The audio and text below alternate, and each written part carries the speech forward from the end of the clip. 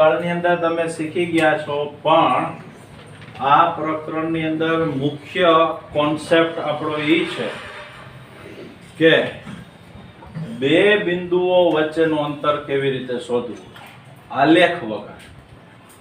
એક સાધારણ પહેલા વાત કરી લઈએ એટલે તમને વધારે ખ્યાલ આવી જાય. આવી રીતે તમે યામ ભૂમિતિના 9મા ધોરણમાં આલેખો દોરેલા છે બાળકો. 9મા ધોરણના આલેખો દોરેલા છે, એની વિશે જરાક વિશેષ ચર્ચા કરી લઈએ. આપણું પૂર્વ જ્ઞાનને તાજું કરી લઈએ. આપણને આવી બધી ખબર હોવી જોઈએ કે આ વાયયામ છે ને આ એક્સયામ છે. આ આલેખના કોઈ બિંદુઓને આપણે મૂક્યા, દાખલા તરીકે એક બિંદુ 2 અને 1, એટલે 2 અને 1 નામ તમે મૂકતા ને, 2 અને 1 બિંદુને તમે આવી રીતે જ્યારે મૂકતા, એને એક નામ આપી દીધું આપણે એ બિંદુ. પછી એક મેં બીજું બિંદુને પસંદ કર્યું, એ બિંદુ છે -1 અને 3, એટલે અહીં બી બિંદુ. બી બિંદુ આવ્યું -1 અને 3. તો જો આલેખ દોર્યો હોય તો આપણને તરત ખબર પડી જાય કે અહીંથી આ 1 એકમ છે આટલું, અહીંથી આ 2 એકમ છે, એટલે ટોટલ 1, 2 અને 3 એકમ છે. એટલે બે બિંદુ વચ્ચેનું અંતર આટલું થાય સરેરાશ. પણ પછી આમ માપવું હોય તો આમે માપી શકીએ છીએ આપણે, કારણ કે આલેખની મદદથી સીધું જ માપી શકાય દોર્યું એટલે. કારણ કે આવા જે સમતલમાં કોઈ પણ બે બિંદુઓ છે એ સુરેખ હોય હંમેશા. સુરેખ એટલે સમજો ને, એક જ રેખા ઉપર આવેલા હોય, બરોબર. પણ જો આ જ બે બિંદુઓ વગર આલેખે બે બિંદુ વચ્ચે કેટલું અંતર છે એ જો જાણવું હોય તો એના માટે ગણિત શાસ્ત્રીઓએ એક આલેખ ની વ્યવસ્થા અને બીજું એક સૂત્ર આપ્યું છે અંતર સૂત્ર, કે જે આલેખ દોર્યા વિના તમને ખ્યાલ આવી જશે કે આ બે બિંદુઓ એકબીજાથી કેટલા દૂર છે, બે બિંદુઓ વચ્ચેનું અંતર કેમ શોધી શકાય. આ એક વાત. થોડીક વિશેષ ચર્ચાની ઉપર મારે કરવી પડશે, કારણ કે આપણે ભૂલી જવું એ આપણો જન્મસિદ્ધ અધિકાર છે. 4 ચરણની પહેલા વાત કરી દઈએ તો આપણને ખબર હોવી જોઈએ કે આ ચરણ છે, પહેલું જે ચરણ છે એ આપણું કયું છે? વત્તા. એમાં 2 પ્લસ આવે, ખબર ને, પ્રથમ ચરણ. પછી બીજું ચરણ છે, એમાં શું આવશે? તો કે માઈનસ પ્લસ. રેડી છે? ઓકે. ત્રીજું ચરણમાં શું આવશે? માઈનસ. અને ચોથા ચરણમાં શું આવશે? Plus minus.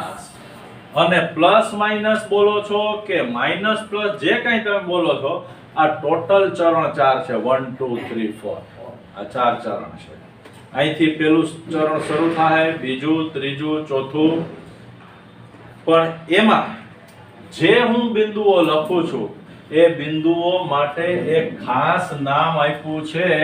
આ જે એક બિંદુ છે એને આપણે શું કહીએ છીએ? તો કે ક્રમયુક્ત જોડ. શું કહેવાય એને? ક્રમયુક્ત જોડ. અને આ ક્રમયુક્ત જોડની અંદર પહેલું જે બિંદુ છે આ એ x નું હોય, બીજું બિંદુ છે એ y નું હોય. એટલે કોઈ પણ જગ્યાએ આપણી જે ક્રમયુક્ત જોડ હોય એ હંમેશા xy હોય. પછી આવા બે બિંદુ હોય તો x1 y1 x2 y2, 3 હોય તો x1 y1 x2 y2 x3 y3. આમ બિંદુઓની સંખ્યા છે એ x1 x2 x3 x4 આમ આગળ વધે રાખશે, બરોબર છે. હવે આ ક્રમયુક્ત જોડની અંદર ક્યારેક કોઈક બિંદુઓ ચરણમાં ન પણ હોય. 4 ચરણ છે, આ 1, આ 2, આ 3 અને 4. જો આ બિંદુઓ ચરણમાં ન હોય તો ક્યાં હોય? અક્ષ ઉપર હોય. ચરણમાં ન હોય તો ક્યાં હોય?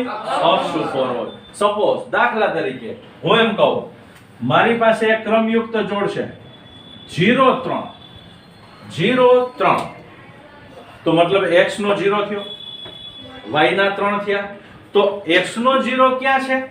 તો કે x નો 0 આ રહ્યો છે અહીંયા. y ના 3 ક્યાં છે? તો કે અહીંયા છે. તો હવે તમે જોઈ શકો છો કે અહીંયા 0 3 બિંદુ આવ્યું, તો મેં y અક્ષ ઉપર લખ્યું છે. જો આ 0 3 નંબરનું નામનું બિંદુ જે છે, અને એક બિંદુનું નામ આપી દે, દાખલા તરીકે a બિંદુ, બરોબર, p બિંદુ, p બિંદુ આગળ લખો p બિંદુ. તો આ p બિંદુ છે એ કોઈ ચરણમાં નથી, પણ એ y અક્ષ ઉપર છે. p બિંદુ છે એ ક્યાં છે? તો કે એને કહેવાય y અક્ષ પર છે. ઓકે, એને બદલે માની લઈએ કે હું એક બિંદુ અન્ય એક વધારાનું એક q બિંદુ લખું છું, અને ઈ હું લખું છું -2 0 -2 0. એટલે મારે સૌથી પહેલા શું ગોતવું પડે? x અક્ષ ઉપર -2 ગોતવું પડે. x અક્ષ ઉપર -2 ક્યાં આવે? તો કે અહીંયા આવ્યા. પછી 0 ક્યાં આવે? તો કે ઈ તો અહીંયા આવ્યો. તો મતલબ એવો થયો કે અહીંયા શું આવ્યું? -2 0. આ આપણું q બિંદુ છે. તો q બિંદુ છે એ કયા ચરણમાં છે? એકેય ચરણમાં નથી, પણ ઈ x અક્ષ ઉપર છે. જો આ રેખા ઉપર છે ને, આ બિંદુ છે એ રેખા ઉપર છે, આ બિંદુ છે એ રેખા ઉપર છે, એટલે ઈ કોઈ ચરણમાં ન હોય. આપણે ભૂલતા નહીં, આની ખાસ, નહીતર આ દાખલામાં ભૂલ કરાવશે તમને. બરોબર? આ છે ઈ શેમાં છે? તો કે x અક્ષ ઉપર છે. તો હવે આનો અર્થ એવો થયો કે બિંદુઓ કાં તો 4 ચરણમાં હોય, plus plus, minus plus, minus minus, plus ચરણમાં હોય. ચરણ કેટલા? 4. કાં અક્ષ ઉપર હોય. અક્ષ કેટલી? x અક્ષ અને y અક્ષ. હવે એમાં પણ ખાસ યાદ રાખવાનું છે, જો આપેલું બિંદુ x અક્ષ ઉપર હોય, હવે હું બોલું છું એ ખાસ સાંભળજો બાળકો, જો આપેલું બિંદુ x અક્ષ ઉપર હોય તો એનો y યામ હંમેશા 0 હોય. જોઈ લ્યો, એને યામ કહેવાય. આ x યામ, બીજો y યામ. શું કહેવાય? આ તમે જે x અને y બોલ્યા ને, એને યામ બોલાય. યામ, હો, x યામ, y યામ. તો x અક્ષ ઉપર બિંદુ હોય તો એનો y યામ હંમેશા 0 હોય. એનાથી ઊંધું છે. જુઓ, y અક્ષ ઉપર કોઈ બિંદુ હોય તો એનો x યામ 0 છે. જોઈ લ્યો છે, એટલે આ યાદ રાખ. તો હવે કોઈ જગ્યાએ સાંભળજો, હવે હું એક પ્રશ્ન પૂછું, સાંભળજો. હવે કોઈ એક જગ્યાએ આવું બિંદુ આપેલું છે, આવું બિંદુ 0b. ઓહો, 0b. તો આ આલેખમાં કયા સ્થાન પર હશે? આલેખમાં કયા સ્થાન પર હશે? y અક્ષ ઉપર. કઈ વિચારવાનું ક્યાં છે? આમાં એક 0 છે, બીજો b એટલે ગમે હોઈ શકે ને. b બરાબર 8, b બરાબર 1.25. b તો અજ્ઞાત સંખ્યા છે ને અત્યારે, એ તો ગોતવાની છે આપણે. b બરાબર કંઈક તો હશે ને. આપણે જેમ ચલ રાશિનો ચલ રાશિ નથી કહેતા. આપણે મેં તમને એવું ઉદાહરણ આપ્યું છે કે સાહેબ તમારી ઉંમર કેટલી? હું કહું x વર્ષ. પછી તમારે પૂછવું પડે, પણ સાહેબ x બરાબર કેટલા? 47. ઓ એમ કહો 47 વર્ષ. તો અહીંયા b બરાબર એવી અજ્ઞાત સંખ્યા આપેલી છે, એ તો ગોતવાની છે, ગોતશું જેમ ગોતવાના હશે એમ, એના નિયમ હોય છે એના કઈ. ઇતિહાસની વાત ત્યારે. પણ ક્યાંક આવું લખ્યું હોય, દાખલામાં એમ કીધું હોય કે a બરાબર 2 1, b બરાબર -1 3, અને તે તો b બરાબર 0b હોય તો b બિંદુ શોધો. તો પહેલા તો આપણા મગજમાં ક્લિયર થઈ જવું જોઈએ કે એક યામ 0 આવ્યો, બે માંથી એક ગમે 0 આવે તો એ કોઈ ચરણમાં ન હોય. ઈ અક્ષ ઉપર જ હોય. પછી ઈ સેપરેટ કરો, અલગ પાડો ઈ કે તો ઈ ક્યાં અક્ષ ઉપર હોય, તો કે એનો કયો યામ 0 છે, તો કે હા x યામ, તો y અક્ષ ઉપર, તો ઊભી લીટી ઉપર છે, ઊભી ઢંઢલી ઉપર છે. હા, કોઈ જગ્યાએ જો હું આમ જોઈ જાઉં, કોઈ જગ્યાએ હું આમ જોઈ જાઉં, તો આ કોઈ ચરણમાં હોઈ શકે? ના હોઈ શકે. તો એ x અક્ષ ઉપર હોઈ શકે, કારણ કે તરત જ વિચારવાનું એનો કયો યામ 0 છે, તો કે y યામ, તો y ઉપર તો ન હોય, કારણ કે y તો 0 આપ્યો છે, y બરાબર તો 0 આપ્યો છે, તો હવે ક્યાં હોય, તો કે હવે x ગોતવાનો, તો x અક્ષ ઉપર હોય.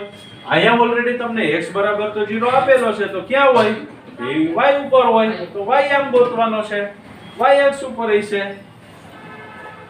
Is that clear? Yes. Okay.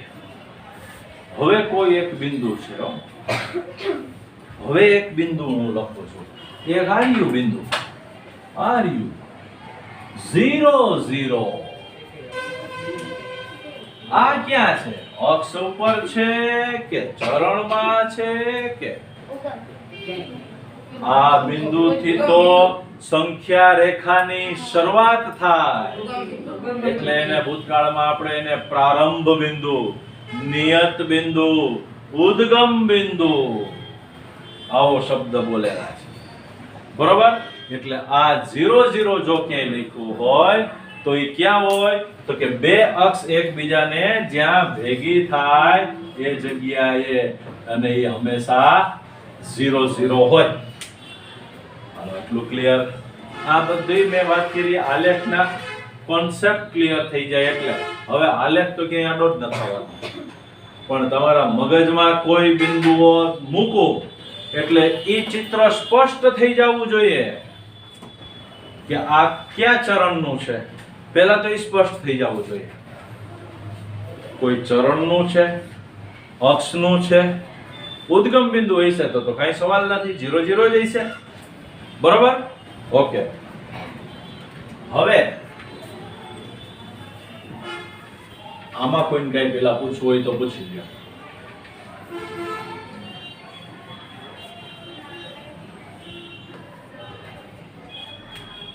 બે બિંદુઓ A અને B આપ્યા હોય, હવે આપણે બે બિંદુઓ લખી નાખીએ. બરોબર છે? હું બે બિંદુઓ લખી નાખું છું કે જો બિંદુ A એનો એક માપ છે x1 y1, અલ્પ વિરામ છે વચ્ચે, x1 y1 તથા B x2 y2 હોય તો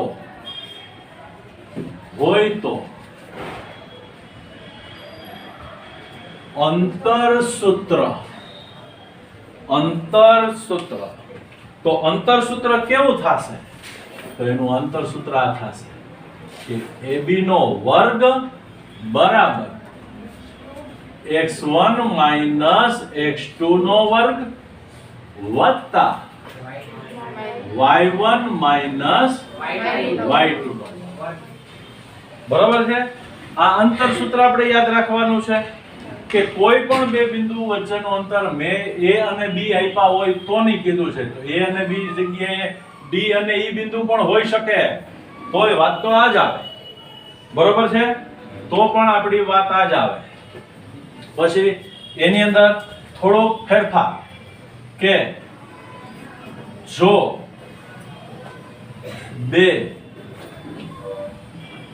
બિંદુ પૈકી એક ઉદ્ગમ બિંદુ હોય એટલે કે 0 0.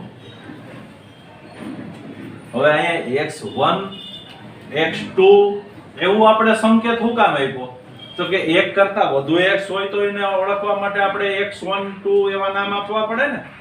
બરોબર? દરેક વખતે ચલ બદલે રાખીએ તો એના બદલે એવું નક્કી કર્યું ગણિત શાસ્ત્રીઓએ કે 4 યામ હોય તો ચારેય ને x1 y1 x2 y2 x3 y3 એવું આપી દો. એમ તો તમે x y a b m n એવું આપો તો હાલ, પણ એવા કેટલાક તમે મૂળાક્ષરો ગોતો, બરોબર? તો આમાં 1 2 3 આપ્યું એટલે અલગ ઓટોમેટિક પડી ગયા કે નહીં?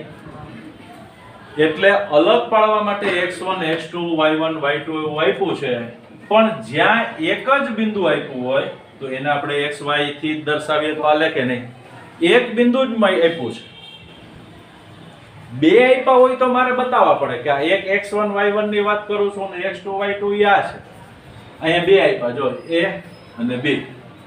હવે આમાં એક તો ઉદ્ગમ બિંદુ ફાઇનલ થઈ ગયું 0 0. હવે મારે એક બિંદુ વધારાનો લેવું હોય તો મારે x1 y1 લખવાની જરૂર નહીં. તો મારે સીધું શું લખવું પડે? તથા p x y. તો અંતર સૂત્ર ઉદ્ગમ બિંદુને આપણે o વડે દર્શાવીએ છીએ. ત્યાં આપણને ખ્યાલ હોવો જોઈએ કે અહીંયા ઉદ્ગમ બિંદુ આવ્યું તો ઉદ્ગમ બિંદુને o વડે દર્શાવીએ છીએ. તો એક બિંદુ આપણું o થઈ ગયું, બીજું બિંદુ આપણું p થઈ ગયું. o ના યામ કોણ છે? 0 0.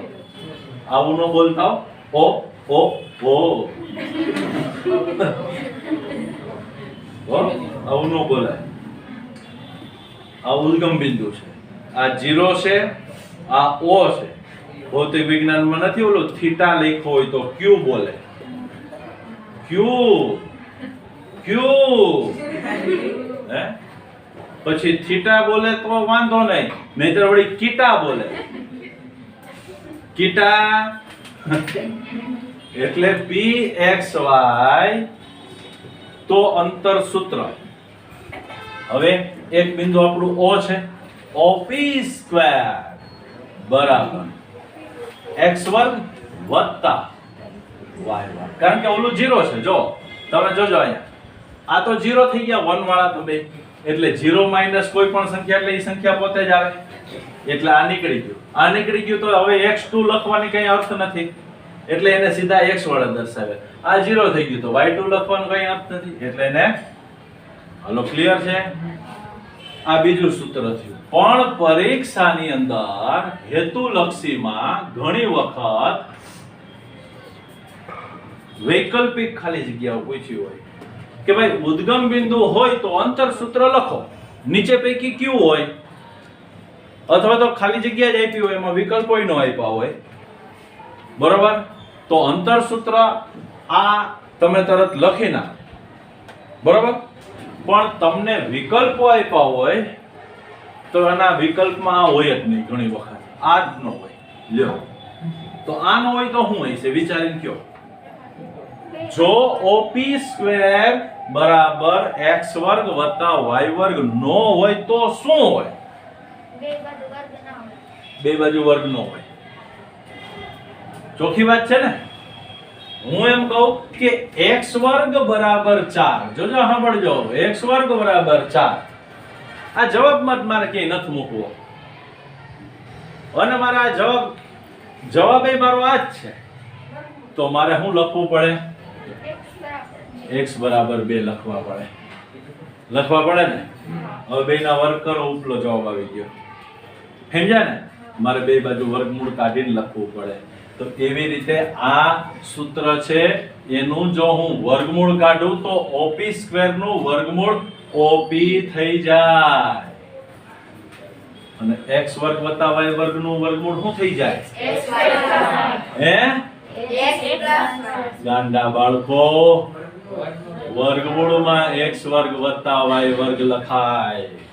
હે વાસ્તવિક સંખ્યા પ્રકરણ 1 ધોરણ 9 નથી ભણ્યા હો. માસ પ્રમોશન તે રીતે બહુ સારું લાગતું હતું, પેડા વેચતા હતા તે ગલીઓમાં.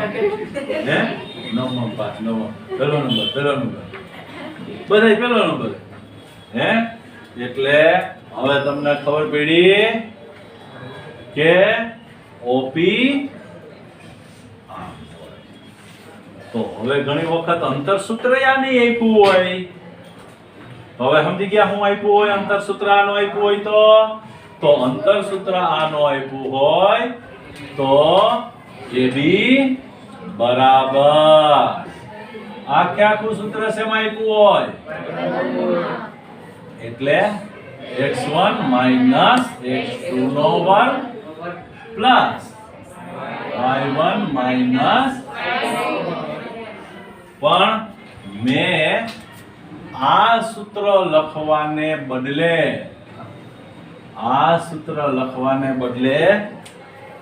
આ બે સૂત્ર એટલા માટે લખ્યા છે કે આપણને સાદું રૂપ આપવું આમાં હેલું પડશે, આમાં નહીં પડે. અને આપણી ટેક્સ્ટ બુકમાં આ સૂત્ર આપ્યા છે એટલે અમુક જણા ટીવીના એમાં ફીફા ખાંડતા થઈ કે આનું ક્યાં છે, પણ એ ન હોય. આ સરકારી સૂત્ર છે, આ યુનિવર્સલ સૂત્ર છે. એ ચોપડીઓમાં હો એટલે બરોબર. તો આ અંતર સૂત્રની આટલી વાત થઈ. ક્લિયર થાય છે વાત મગજમાં? આમાં કોઈને કઈ પ્રશ્ન છે? નહીં.